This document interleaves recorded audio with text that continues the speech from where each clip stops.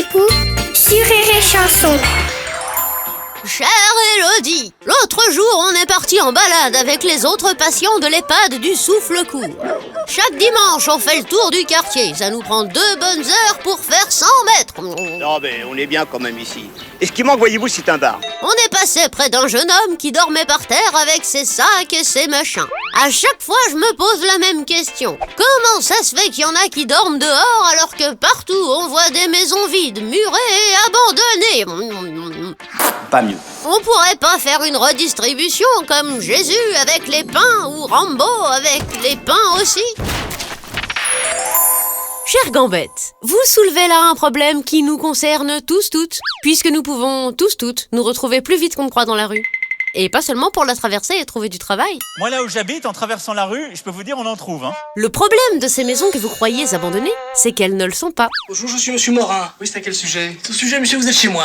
Elles sont à quelqu'un. Sortez d'ici, vous. Souvent, elles appartiennent à une fratrie qui doit se la partager suite au décès des parents. Et comme ils sont pas d'accord sur leur part du gâteau, la maison reste comme ça jusqu'à ce que ce soit leurs propres gosses qui se prennent la tête. Me foutre la paix. C'est possible ça, hein? Merde! Du coup, personne peut les utiliser. Quant à ceux qui dorment dehors, c'est peut-être ces mêmes gens qui se sont disputés pour cette même maison jusqu'à ce qu'ils aient tout dépensé en frais d'avocat, et ils ne peuvent pas utiliser celle-ci puisqu'elle est bloquée chez l'huissier. Gardez bien par-devers vous copie du procès-verbal, avec le détail des biens saisis. Ta gueule, sale vache. Quand vous léguerez votre propre maison à vos enfants, Gambette, dites-leur bien d'en profiter tous ensemble, parce que les avocats, c'est quand même moins cher quand on les mange. Allez, bonne journée, Gambette. Merci à toi, Elodie Pou.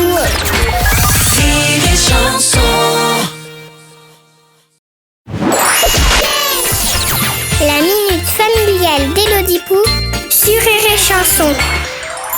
Chère Élodie, l'autre jour, c'est tonton Lamaille qui m'a ramené de l'école. On l'appelle comme ça parce qu'il a beaucoup de sous. Comme voiture, il a une Porsche 718 Boxster qui va méga vite. Et quand il me ramène de l'école, il ouvre le toit et après on est coiffé comme des dessous de bras.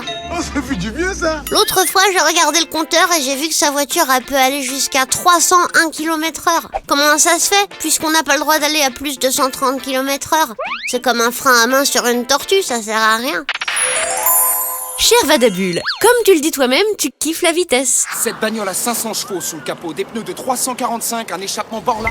Et la plupart des acheteurs de bagnoles sont comme toi. Ils veulent une voiture de ouf qui trace sa race. Chouette caisse. Ils veulent un tigre dans leur moteur, ils veulent que ça décoiffe. Et pour les constructeurs, c'est un très bon argument de vente. Avec cette voiture, vous irez vite, même si vous n'êtes pas pressé. Alors sérieux 2 secondes, vous la prenez ou quoi? Oui ou non? Et puis, si la limitation en France est à 130, c'est pas le cas de certains de nos pays frontaliers, comme l'Allemagne. Là-bas, sur certaines portions d'autoroute, il n'y a pas de limitation. Et pour avoir testé moi-même, on se croirait sur une piste de décollage d'Airbus A305. En fait, c'est comme quand tu t'achètes des baskets hyper souples, avec semelle semi-rigide et absorption des impacts, alors que tu vas jamais faire du sport avec. Tu apprécies juste la performance. En tout cas, n'oublie pas, c'est pas en allant plus vite qu'on va quelque part. Allez, bonne journée, Vadabule. Merci à toi, Elodie Pou.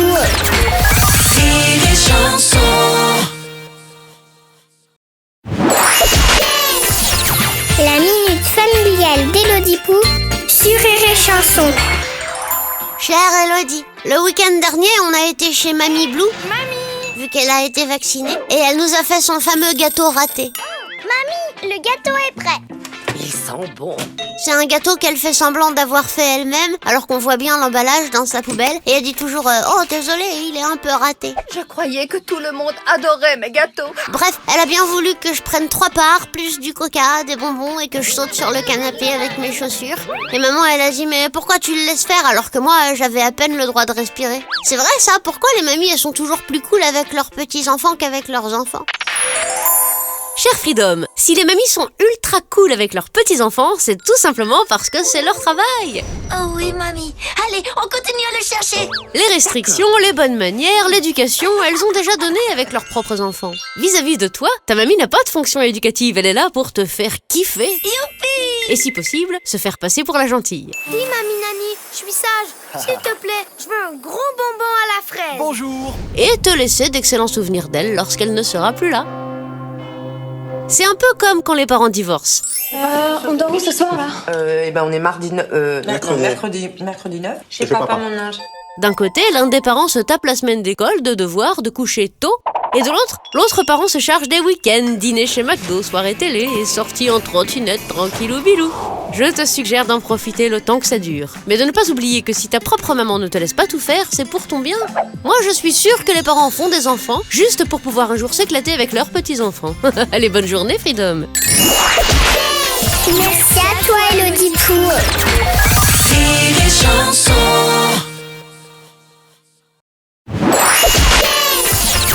La minute familiale d'Elodie Pou sur Rire et Chanson. Chère Elodie, la semaine dernière, on a été en Belgique avec papa et maman. La Belgique qui est Le plus beau des pays. On a été voir des copains à papa, les Van der Reven.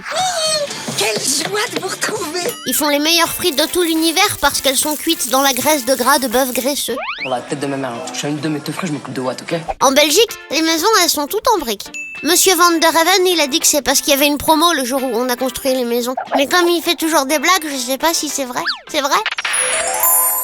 Cher Anvers, effectivement, c'était une blague belge. En vérité, les maisons belges sont en briques parce que c'est le Nord. Le Nord. Et dans le Nord, les loups, très présents, ont soufflé sur toutes les autres sortes de maisons. Les maisons de paille, les maisons de bois, les maisons de passe. Il ne reste que les maisons de briques. Moi, personnellement, si j'avais dû concevoir ce genre de choses, j'aurais vu une habitation, tu vois, de plein pied, avec de grands parterres très aérés. Alors les gens se sont habitués à y vivre, afin de résister aux grands méchants loups et pouvoir manger tranquille leurs meilleures frites du monde à la graisse de gras de bœuf graisseux.